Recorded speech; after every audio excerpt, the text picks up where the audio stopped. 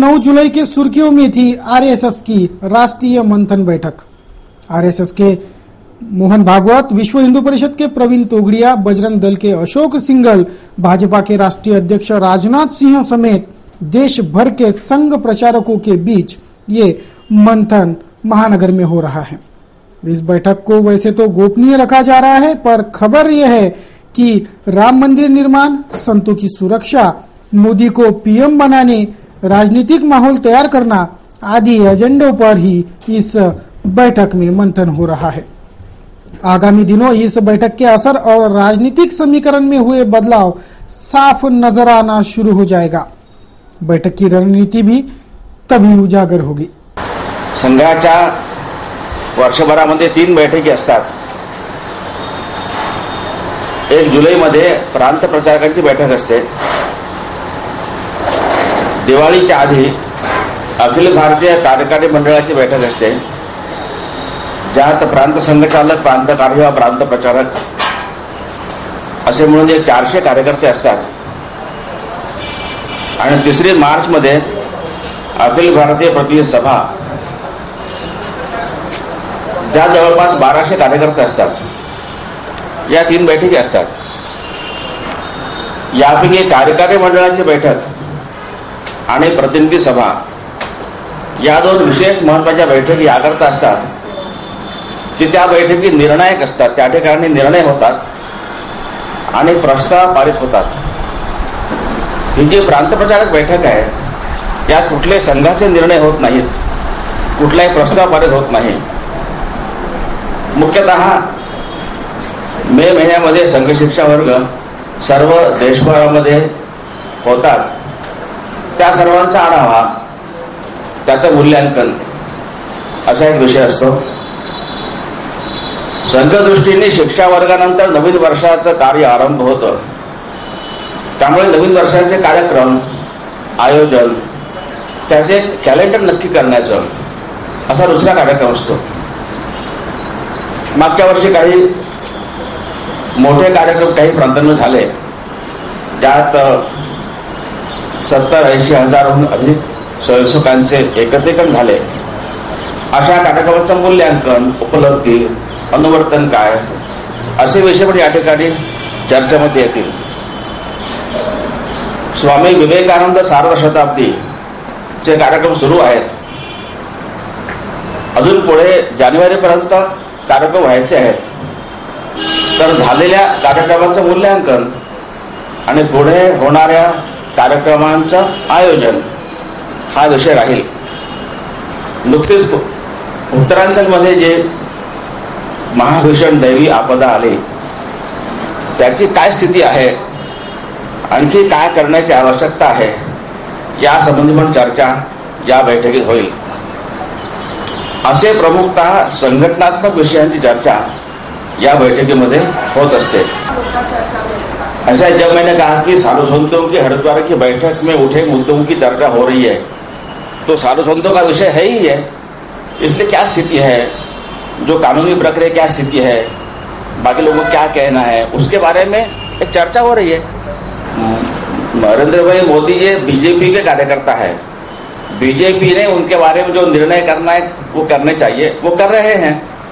और सभी संगठन अपने निर्णय स्वयं करने चाहिए। संघ की यही भूमिका है, अलग भूमिका कुछ नहीं है। चर्चा सुरू आहे, आले आहेत, होते नाही आहे, सुरू आहे। मी तर त्या चर्चेमधून आलो आहे। फुल चर्चा पूर्ण आणि एकूण 4 दिवसांच्या बैठकीनंतर असं वाटलं काही सांगण्यासारखं आहे, तर परत शेवटच्या दिवशी असं एक ब्रीफिंग आपण करू। हे ब्रीफिंग देखील प्लॅनिंग मध्ये नव्हतं, पण ज्या प्रकारे स्पेक्युलेशन चर्चा सुरू होती म्हणून वाटलं की एकदा सर्वांना भेटून सांगितलं पाहिजे, म्हणून मुद्दाम हे ब्रीफिंग आज सकाळीच आम्ही निर्णय केला।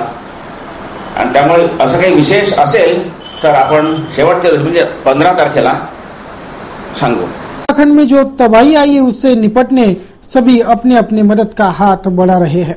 सिटी न्यूज चैनल, हिम संगठन और अचीव फाउंडेशन ने भी चैरिटी शो करवाकर अपना उत्तरदायित्व निभाया। हम हिंदुस्तानी इस चैरिटेबल शो का जिलाधीश से लेकर सर्वसामान्य नागरिकों ने भी लाभ उठाया। और बढ़ चढ़कर मदद राशि राष्ट्रीय मदद कोष को दान की। सभी मान्यवर और नागरिक हम हिंदुस्तानी के ताल पर ताल धरते इस म्यूजिकल नाइट में देखे गए।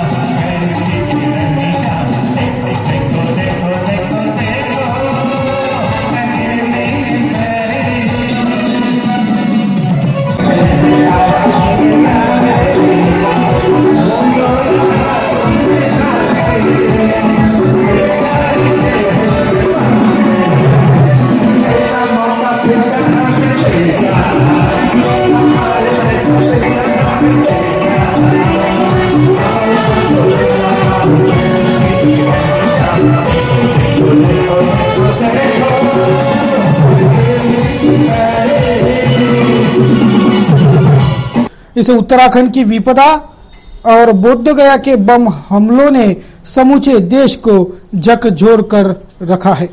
कोई अपना जन्मदिन नहीं मना रहा, कहीं जश्न टाले जा रहे। ऐसे में ही शहर के कांग्रेसियों ने अपनी छाप छोड़ने का काम किया। दूसरों के जीत का जश्न इन कांग्रेसियों ने राजकमल चौराहे पर आतिशबाजी कर और जल्लोष के साथ मनाया।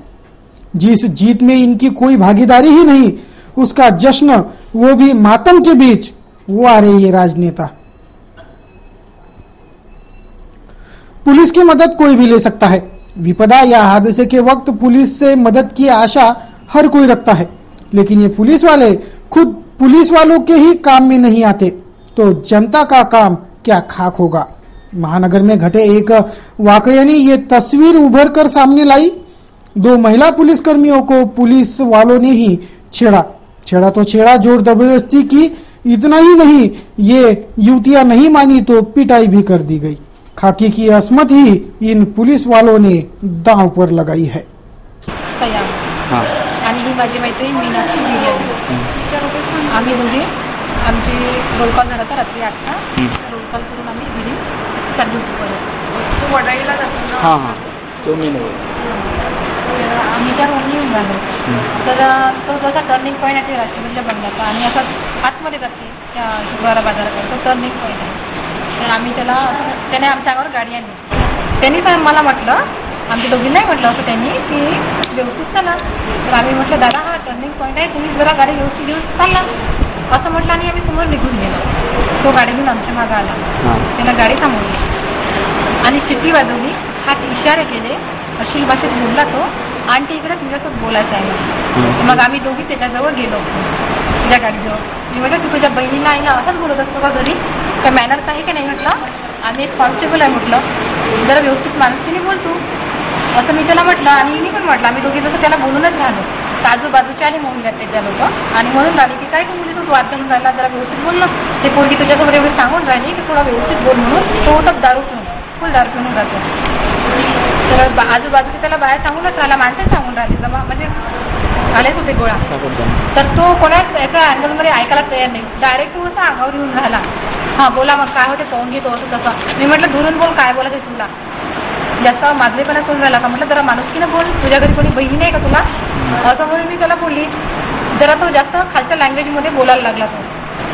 आणि मग मी लगेच माझ्या मिस्टरांना फोन केला. त्यांची सुट्टी झाली तर ते येऊनच राहिले होते. तुम्ही फोन केला की तुम्ही लवकर असं या चौकात झाला आहे, आम्हाला अशी शिवाय कोणाला बघून आपण. आणि आमचे जे काही आहे समजा प्रॉपर्टी लोक त्यांना पण बोलवलं, जसं जे वगैरे आहे त्यांनाही बोलवलं. आणि ते आले होते पॉईंटवर. तर हे म्हणजे आम्ही त्याला असं सांगून राहिलो की मी स्टेशनला सांगून राहिली की हा माणूस आमच्या दोघीसोबत असं बोलला. आमच्या दोघांचं संभाषण सुरू होतं. तो गेला. 4-5 मिनिट झाले लाठीचे. आम्ही जसे आमचे जे लोक यांच्यासमोरच जे जैन भाऊ होते, हे भाऊ होते, माझ्या घरचे होते, यांच्यासमोरच लाठी वगैरे आणली त्यांनी. आणि लगेच असं मारायच्या तयारीचं लगेच आम्ही तिथं धावत गेलो आपल्या त्या राष्ट्रपती बंगल्यामध्ये. तिथं ते त्यांचं काय नाव आहे ते आतमध्ये होते, त्यांचा मुलगा आतमध्ये होते, त्यांचा पीए वगैरे बाहेर बसूनचा. सिव्हिलियन 4-5 लोक होते. आणि मेन म्हणजे सिटीचे कर्मचारी पण होते, पोलीस कॉन्स्टेबल जे कर्मचारी, आमचे 2 कर्मचारी होते ते. त्यांना अक्षरशः मी सांगितलं, माझ्या मिस्टरांनी सांगितलं की बा आमचं असं असं झालं आहे तर थोडंसं तुम्ही हेल्प करा आम्हाला. तर त्यांनी आम्हाला आतमध्ये तर घेतलंच नाही, बाहेरच ठेवलं रोडवर. तुमचं काय ते तुम्ही पाहून घ्या म्हणे बाहेर म्हणे, आमची ड्युटी आम्हाला व्यवस्थित करा म्हणे, डिस्टर्ब नका करू म्हणे. आणि ते बाहेर सुद्धा नाही आले. आणि तरी जमा आमच्यावर ते काठी वगैरे घेऊन माझ्या मिस्टरांना पाठीवर, हातावर, पायावर त्यांनाही मारलं. आणि मला पण 2-3 काड्या मारल्या. माझा हात काहीच झाला म्हणजे आम्ही त्यांच्याकडे मदतीला गेलो बरं. त्यांनी आम्हाला काहीच कोऑपरेटर नाही केला. कोणते रावसाहेब शेखर होते का तिथे? ते आतमध्ये घरात होते आणि त्यांचे पीए किंवा सिव्हिलियन लोक बाहेर होते समजा. आणि आमचे सिटीचे कर्मचारी होते तिथे ड्युटीसाठी. तर आम्ही त्या ड्युटीच्या कर्मचाऱ्याला सांगायला गेलो की काका म्हटलं असं तर झालं आहे, हे एकदम अंगावर येऊन राहिले, तू मुलगा असं बोलून राहिला, काहीच नाही तुम्ही बाहेर निघा म्हणे, आमची ड्युटी करू द्या मला, काही सांगू नका म्हणे. मग त्यांनी आम्हाला कॉन्स्टेबल त्या लोकांनी त्यांनी आम्हाला आतमध्येच नाही घेतलं ना. मग हे आले ना आमच्या मागे, तिथं आम्हाला त्या चौकात त्यांनी मारलं, यांनाही मारलं, मलाही मारलं. आणि ते मारलं, 4-5 लाट्या काट्या मारल्या, त्यांनाही मारलं चांगलं पाठीवर, पायावर, हातावर वगैरे. मला तर फ्रॅक्चर करून टाकलं. आणि लगेचच ते मारफोक केली, पळूनही चालले गेले.